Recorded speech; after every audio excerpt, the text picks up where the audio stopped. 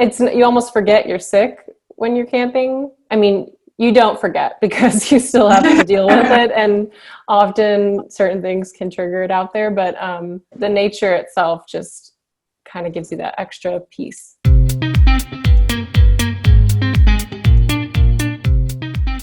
Hey TID fam, welcome to season 2 of the Invisible Diaries. We're your hosts, Misty and Amber.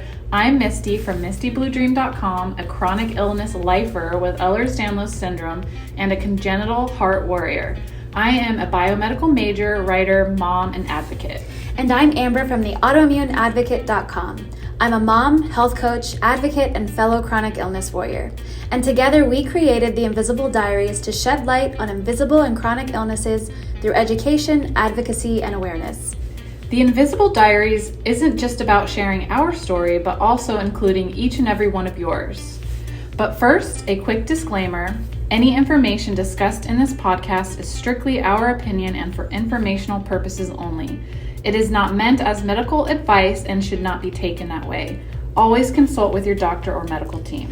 We know battling chronic illness can be hard, and if you find yourself or someone you love in crisis and need someone to talk to, you can call the National Suicide Support Lifeline at 1-800-273-TALK, which provides free and confidential support in the U.S. 24 hours a day, 7 days a week. Again, that number is 1-800-273-TALK. Any cited resources mentioned will be linked on our website, theinvisibleidiaries.com. Now let's get started. Well, hi Ashley, how are you? Good, how are you guys? Well, for our listeners today, we have Ashley Rippentrop, who, if you heard or listened to our previous episode, is one of the directors and producers behind The Invisible. I can't even talk today. Behind the visible film. Behind the visible film. So we invited her back because when we were talking to her and interviewing her last time, she let us know that she is an avid camper, and Misty and I both love nature. So we wanted to bring her back to talk about camping with chronic illness and how she makes that work in her life. So welcome back, Ashley. It's nice to see you. Yeah, thanks for having me. Good to see you guys. You've been hanging out pretty well. Yeah, trying to survive the summer months. It's always kind of the rougher season for me, so I'm very excited for fall. Bring on the cool temps. Tell everybody where you're from. Well, I'm from Chicago area originally, but I live in Missouri currently. So the summers here are very hot and humid, so I spend a lot of it inside. Sorry? It gets to the triple digits, right? Yep. So I remember. When does it start to cool off for you? It actually did last week. This week we kind of have a slight uptick again, 80s, but not nearly as bad as about a month ago. And then we'll probably be in the 70s or lower pretty soon, so I can't wait. Just blow some of that our way, please. Will do. I'll see what I can do. It's still so sticky and miserable here. Oh. And it will be for a while. We still have end of October maybe? We have like a half hour in the morning where it's like fall-ish. Yeah. But it lasts. Once the sun comes up, it's just sticky. Oh, man. Yeah. So we invited you back because, like we said, we wanted to talk about camping with chronic illness because we have a lot of listeners that like being outside, and obviously when you have a chronic illness, there are a lot of accommodations that have to be met. So we just kind of wanted to talk to you a little bit about what that looks like for you. So you can share your secrets with all of us in this community who are itching to do some fun stuff, but maybe are intimidated or don't know how. Yeah, so we can get back outside. It's cooler. Sure, yeah. I know, outside is so great, so healing, so. Yeah. Well, we had talked last time, and you actually mentioned kind of a fun goal that you have with your husband. Do you want to share with everybody what that is? Yeah, so my husband and I, it's our goal to visit all 62, I think there is now, national parks in the U.S. Ooh, that's amazing. I like that. So how many have you been able to visit so far? We've been able to visit 10 so far, and we have a little like push pin map actually right over here So we get to check them off as we go. And we just recently got back from a trip where we got to go check off 5. So that was a pretty big wow. That's amazing. Are there any in Florida that you're going to check out? Yeah, at some point. There's the Everglades, so we'll definitely have to get down there at some point. Ocala National Forest is pretty great too. Yeah. Especially in the fall. It's nice and shady. I just went to Rainbow Springs State Park. Does that count? Because I mean, state parks are great too. definitely. Oh, the national one. Okay, I'll have to look. Now, Yeah. are you and your husband, when you were growing up, did both of you camp with your families? So my husband, actually, they would go on road trips all the time across the country, and they would do some of the national parks, but we have to start from zero going to do them together. Right. But yeah, so he was always road tripping with his family. He has 2 sisters, so they were always in the back, just being siblings, and the parents would drive and they would go camp. And I did a little camping with my dad, but not a whole lot. It's sort of been like an adult passion of mine that I've sort of grown to like. Very cool. Awesome. I think it's a great idea to do like goals as a couple because you're with someone for a long time. Things can get dull, like shake things up, come up with a fun goal. Traveling, you have something to look forward to. So I love that idea. Now, were you diagnosed with POTS before, or dysautonomia before you met your husband? So actually, no. I had POTS before meeting him, but I didn't know what it was. He just knew I had this fainting condition, and I took medication for it and had all these other weird symptoms. I'd sometimes end up in the hospital, but he just kind of accepted it as that. But I didn't get a diagnosis officially until about 3.5 years ago. So it was nice for both of us to know that this was actually a thing. Yeah. So you guys were camping before you got your diagnosis? I don't think we went camping actually till later in our relationship. Yeah, I actually can't remember which came first. It's hard. Sometimes everything starts to blur together timeline-wise. Exactly.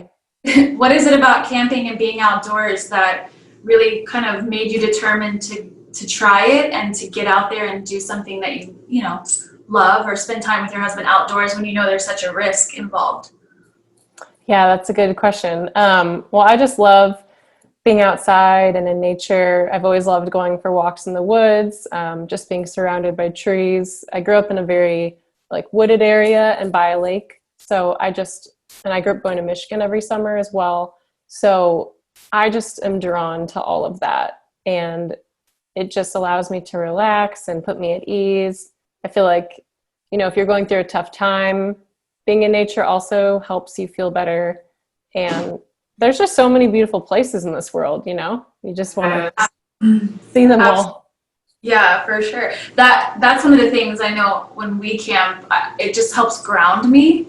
And so sometimes when you're kind of stuck in that tachycardia, fight or flight with the autonomic nervous system dysfunctions, that it's nice to just find things that just kind of calm all of those sensories down. Exactly. Yeah, I'm the exact same way. It totally grounds me. And you almost forget you're sick when you're camping. I mean, you don't forget because you still have to deal with it, and often certain things can trigger it out there. But the nature itself just kind of gives you that extra piece.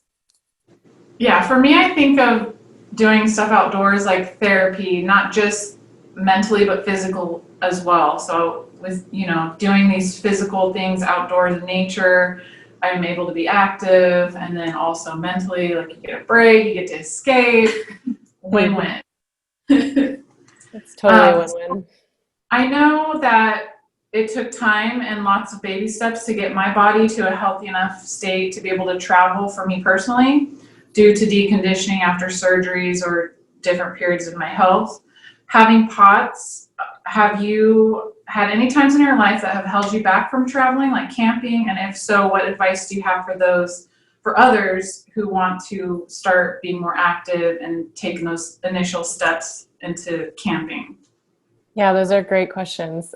Baby steps are important. and it's important not to overdo too much, as you know. Um, yeah, the thing I could think of is there was a summer where my normal medication stopped working for me completely, and I had to try a whole new medication, and it went horribly, but I had to give it that 3-month window to give it a full go. So I was basically just not being helped. And so I was pretty bedbound for that whole time. It was, of course, during summer as well. So just a hot mess. I couldn't drive because I had too much brain fog, dizziness, lightheadedness, and migraines were every day.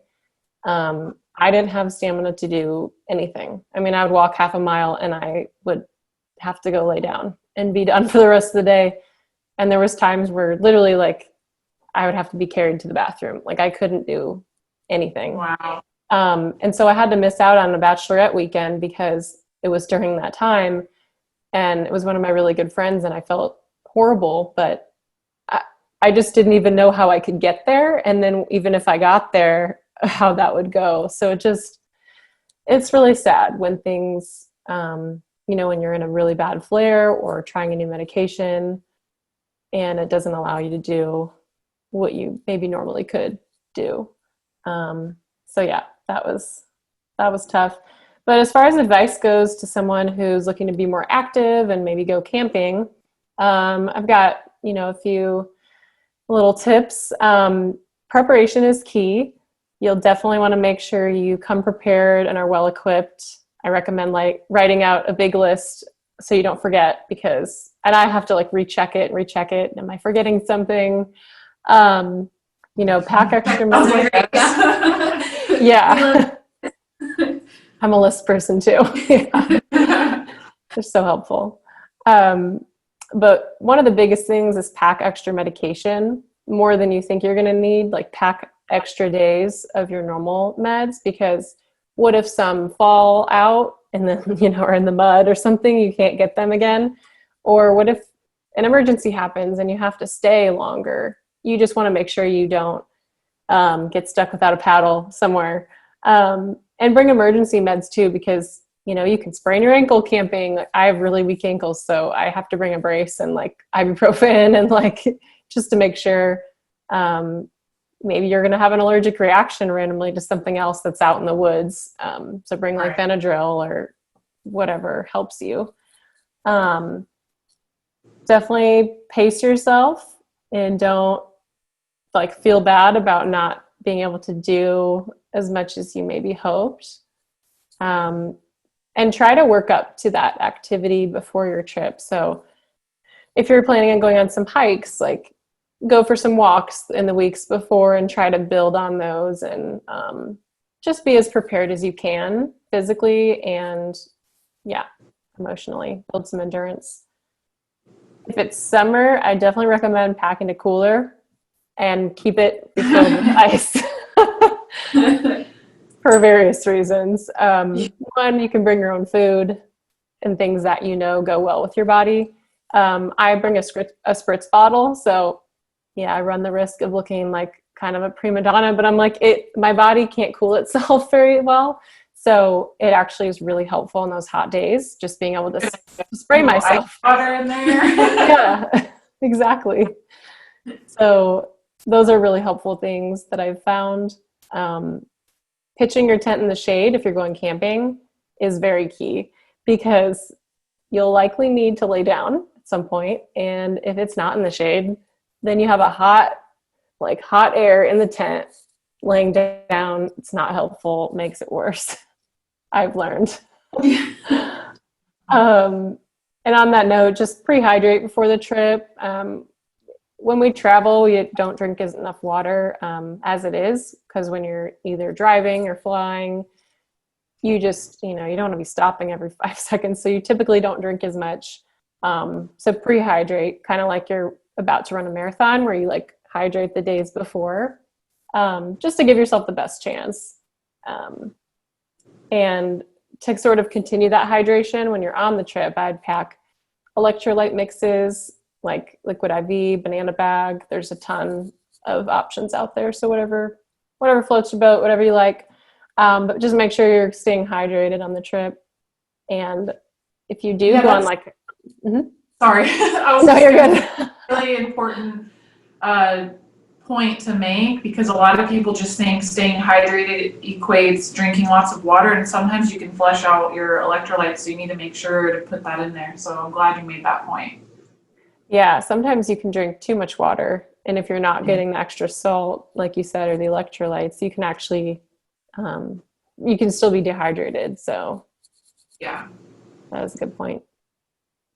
And if you're doing any like long hikes or walks, I recommend bringing like everything you think you might need if you get stuck out there. So snacks, meds, extra water, bring an electrolyte packet too.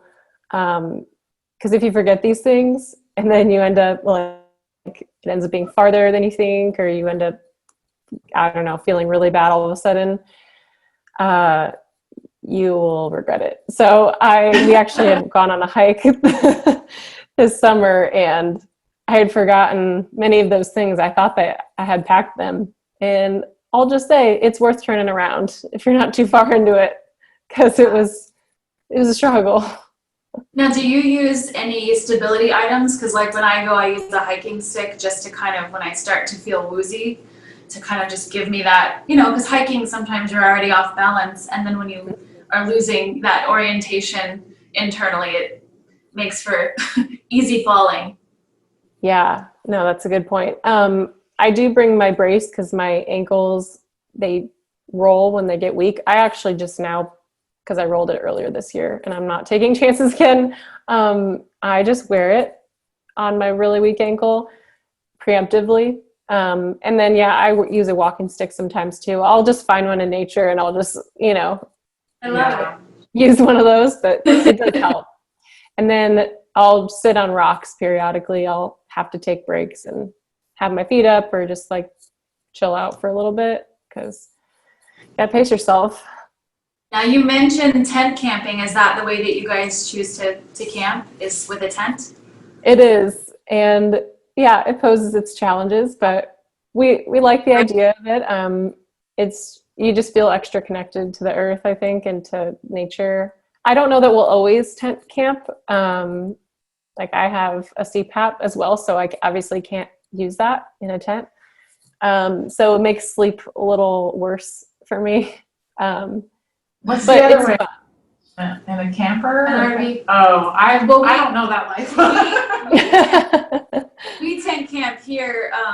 We did before, but we had an AC boot for our tent, which is kind of hard with the national parks because I know some of them are kind of off grid. Mm-hmm. But here where we camp, most of the time we can find a site with power. And so basically it's just like a wall unit, and it's a boot that's just it unzips from our tent and it fits in. And so you have, it's not the same as a room, but it still works really well for camping in the warmer months. Yeah, you might have to send me over that. Yeah. We'll have to do I'll like send an you the Amazon link. Yeah, we might have to have a Google Doc or something. We can add our It's definitely a talking point, because people would come by our site and they would be like, I'm sorry, am I seeing an AC attached to your tent? And we're like, yeah, because I can't be overheated. Like I don't do well with that at all. So yeah, we made it work, and somebody obviously invented it, so there was a need for it. Yeah. I So, can yeah. see why. Yeah, there was something. My husband and I we actually both got heat exhaustion a few times because it was so hot and there was no shade in some of these sites, like the Badlands. There's just nowhere to go. And we would literally have to drive to go find shade, like park a car under a tree, and we would just blast the AC, and we had to go do that a couple times and sit there for like an hour just to like get your body temperature. And then we're like, okay, when is it sunset? When like that was our prime. Now, do you think camping that way helps build up some of that conditioning, like Missy mentioned earlier, with helping you cope with the heat, since you're not kind of bouncing back and forth between air conditioning and heat? Yeah, that's a really good point. I would say so. And I think because you enjoy it, you're able to sort of push through a little more, and you want to be there. So you're naturally going to be in that situation longer if you enjoy it. Yeah. But you're not necessarily notice right away. So like as if you compare like when you first went camping versus like the most recent time, I'm sure there's probably a significant difference, right? Yeah. I guess it kind of depends on when you go, because we've never camped in the summer before, so this was a pretty rude awakening to that. So we won't do it again. We're gonna camp in the spring and fall. Yeah. But yeah, I think, and I think you kind of go right. Your illness ebbs and flows. You have seasons that are worse, seasons that are better. Yeah, so it kind of just depends on what season you're in. I've had times where I could do I actually did like 5 years ago, like a 14-mile round trip hike. I have no idea how I did that. I could not do that right now. But then there are other things that I think I could do now that maybe I couldn't then, if that makes sense. Yeah. Or it depends on. We just adapt as we go with chronic illness. Yeah, exactly. Well, we say a lot too, which is why I think the list is helpful, but it's like you learn what works today and then tomorrow all the rules change again. So it's like being able to be flexible and like you say, not put, have goals and have, a lightly, planned trip, but don't put unrealistic expectations on yourself. Cause like you could be feeling great today and then tomorrow is not so much fun. So yeah, you have to be patient with yourself for sure. Yeah. Yeah. And I think just flexible and open and give yourself grace, because like you said, just because you're doing well today doesn't mean you will be tomorrow, and vice versa. And I think just learning to expect that, to know that it is going to go up and down. Yeah. Do you have Go ahead. Do you have a favorite? I was going to ask your favorite and your least favorite, but I think we know the least favorite's the summer one. Your favorite trip? Well, actually, that was probably one of my favorite trips we went on, just because we saw so many different places. But yeah, the time of year, wouldn't do that again. But I would say one of my favorite national parks still we've been to, looking at our map, is Sequoia National Park, because those huge trees are just incredible. You feel like they were around when the dinosaurs were here. I mean, they're just wow, massive. If you haven't seen them, you got to go someday. They're incredible. So that was just, and it's like, so you're in the woods, but then there's like these, I don't even know, like 20 feet wow trees. That's cool.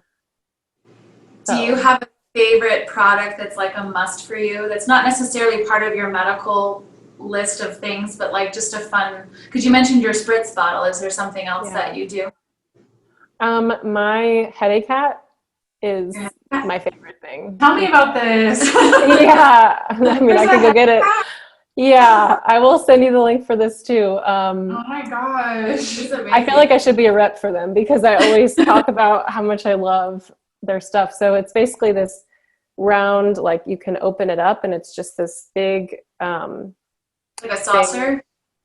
Yeah, sort of like a saucer, but it unhooks, like it's Velcro, and so it becomes this long thing, and then you can mold it around your head however you need, or your neck, and it's just like filled with mini ice packs. So I keep it in my freezer. I have like a whole shelf of cooling units, but that's my favorite one, because I do get chronic migraines and headaches, so I'm using that thing a lot.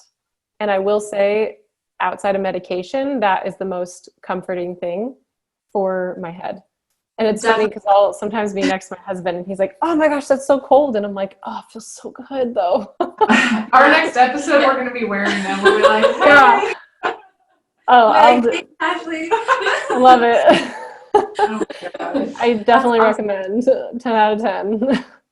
So do you have a personal blog outside of your film? So do you keep track and like let family know, like posting about your camping trips there? I should, but yeah, I kind of just, I need to be better at upkeeping it, but kind of just do bigger updates with my illness journey on there, and then certain topics that I want to cover and talk about that I think are important for people to. So how do people find you on your blog, your personal one? Yeah, so my blog is morespoonsplease.com because we all need more spoons, right? Yes. And I'm on Instagram as well at Ashley_Rippentrop. You can find me on Facebook, Ashley Rippentrop as well. And yeah, anything else? Yeah. We're going to share those links too on our blog post. So if anyone wants to find the direct link, we'll have them available there at theinvisibleddiaries.com. And we'll also include Behind the Visible film because everyone should check out that documentary. I know, yeah. If you have not checked out the show, definitely check it out. Oh, thank you. We're Well, excited about it. Yes. It was great having you today. Thank you so much for coming back on the show for us. We appreciate you taking the time to share with everybody a passion that we both share with you, which is camping with chronic illness. Yeah, and actually you did a write-up that's featured in our September-October magazine issue. So if anyone wants to check that out as well, I thought it was great. A lot of these points were made and maybe even a few extras. So definitely check it out. Thank you guys for listening, and as always, we ask that you leave us a 5-star review on whatever platform you're listening to. Also, make sure you are following us on Instagram and Facebook for the latest updates, and subscribe to our website where you'll find all the details from today's podcast as well as other amazing resources. Don't forget to check out our latest issue of the Invisible Diaries magazine. We hope you enjoyed this episode, and if you want to share your story or be featured as a Spoonie Spotlight, you can apply on our website, theinvisibleddiaries.com. Bye!